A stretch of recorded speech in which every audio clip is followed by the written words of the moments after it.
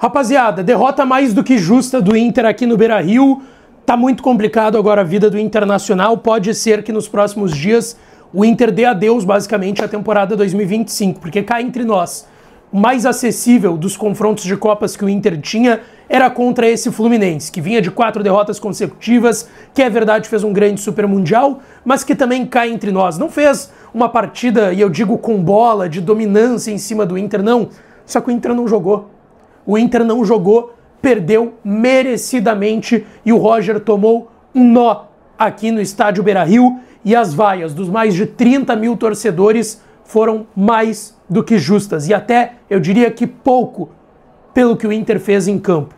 A gente vai falar dessa derrota do Inter aqui no estádio Beira-Rio contra o Fluminense por 2-1 nesse vídeo depois da vinheta.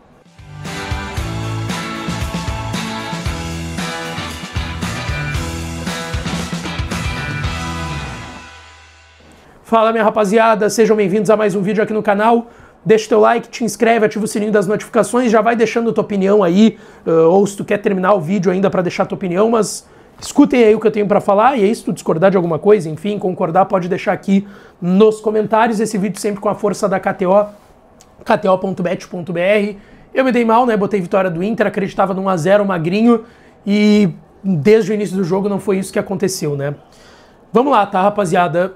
Ficou muito difícil a vida do Inter, muito difícil, vai ser muito difícil, para não dizer impossível, não acho que é impossível, mas acho que o Inter tem condições com o time que tem de buscar lá no Maracanã, só que esse time não está apresentando nada que faça a gente acreditar nisso. Eu acredito na força da camiseta, na qualidade que o elenco tem qualidade, não tem como discordar disso, e que o Inter possa fazer alguma coisa e conseguir reverter esse cenário que se criou para a partida de hoje aqui no Beira-Rio, tá? O Inter começa melhor que o Fluminense, só que são poucos minutos, né? O Inter começa melhor que o Fluminense, tem até algumas 2, 3 escapadas que poderia ter gerado uma grande chance de gol. E aí, numa pataquada da defesa do Inter, e pra mim tem 2 culpados desse lance, sim, que são Thiago Maia. Não tinha nenhum motivo pro Thiago Maia dar aquele bago pra trás. Por que que ele deu aquele chutão pra trás? Pra quê? Dar o chutão pra frente. Isso que eu não consigo entender. Por que que ele deu o chutão pra trás? Até agora eu tô sem entender esse lance. E aí o Bernabei, por mais que o Everaldo seja maior que o Bernabei estava à frente do Everaldo. O Bernabei estava em melhores condições que o Everaldo e ele conseguiu perder na disputa pro Everaldo. Tem o chute, a bola bate na trave. Aí tem mais um chutão ali, eu não lembro se é do Vitão ou do Vitor Gabriel, que também foi mal ali no lance. E a bola sopra pro Everaldo, ele pega de primeira. O Everaldo, que vivia uma fase terrível, foi aparecer o Inter na frente dele e ele fez 2 gols. É um negócio assim enlouquecedor e impressionante, tá?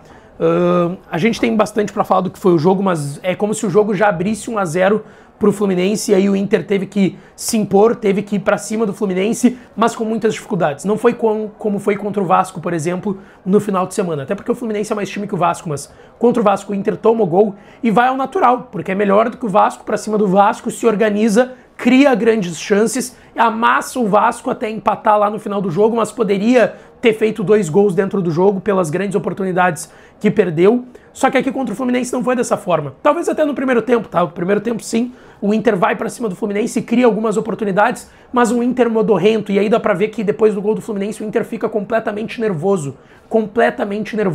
E aí a gente pode colocar aqui, tá? Não passa pelo Rocher a derrota. Aguirre, uma atuação bem fraca, muito abaixo, para dizer até que foi tímida e ruim, tá? Vitão, para mim, um dos poucos que fez uma boa atuação, na partida de hoje, tá? Vitor Gabriel, perdão, muito mal. Bernabei, para mim, foi o pior em campo do Inter, pior em campo do Internacional, junto do Thiago Maia, tá? Thiago Maia é uma atuação muito ruim, parecia que ele ia ensaiar uma melhora ali no início do segundo tempo, mas não aconteceu, foi muito mal. Bruno Henrique no primeiro tempo, eu acho que ele estava ali ele deu uns 2 lançamentos bem interessantes, mas também a mesma partida que o Bruno Henrique tem feito todos os outros jogos. Carmoneiro tentou bastante, mas parecia sozinho, sem muita parceria. O Alan Patrick eu acho que foi abaixo, mas também tentou, circulou com a bola, mas não encontrou os espaços e o Fluminense se defendeu muito bem. Wesley, uma partida terrível. Wesley perdeu um gol sem goleiro. A sorte dele é que estava impedido. Se não tivesse impedido, a gente já tá falando de uns gols mais inacreditáveis que a gente já viu no estádio, que é uma bola que sobra para ele, o goleiro caído depois da trave, o gol vazio e ele bate por cima do gol. Ridículo aquele lance. Borré hoje nem com pivô, nem tentando, não deu. Foi mal também no jogo hoje. Quem entrou, eu acho que o Ronaldo não entrou mal, tá? Ronaldo não entrou mal. E aí eu sei que vai ter muita gente, Lucas, tu é um idiota, tu não entende nada de futebol. Ronaldo não entrou mal. É porque o nome dele é Ronaldo e ele veio do Juventude e aí todo mundo massacra o cara. A atuação do Ronaldo não foi ruim hoje. Inclusive eu me ouso a dizer que o Ronaldo melhorou o Inter, o pouco que melhorou no segundo tempo. Só que aí tem um ponto sobre o Ronaldo, que daí não é sobre o Ronaldo em si.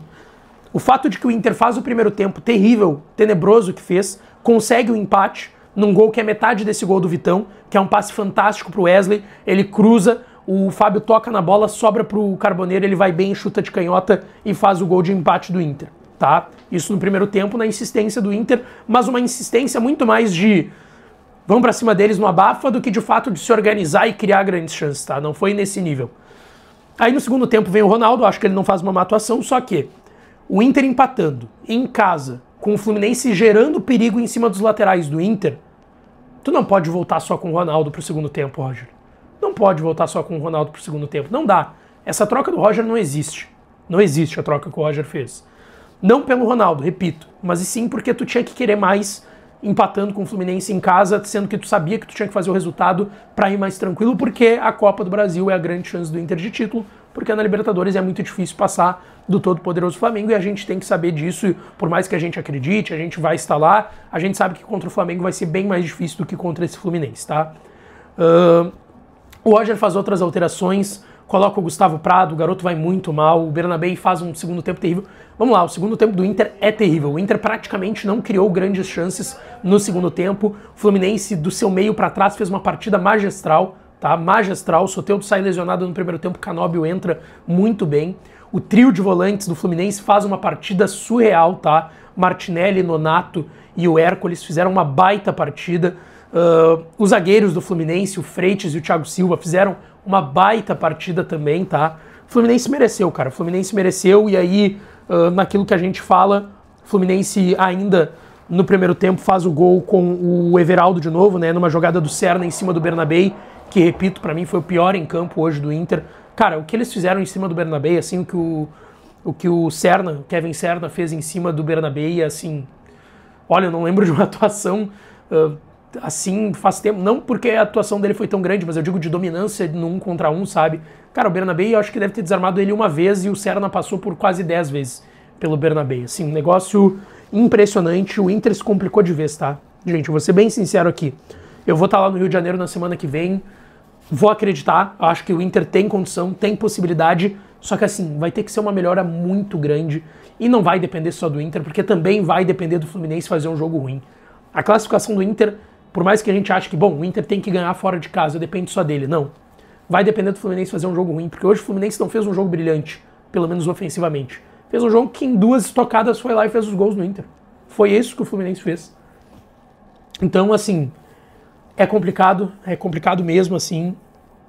O Roger vai ter que dar muita explicação agora na coletiva, porque complicou a vida do Inter. Complicou a vida do Inter pro jogo de volta.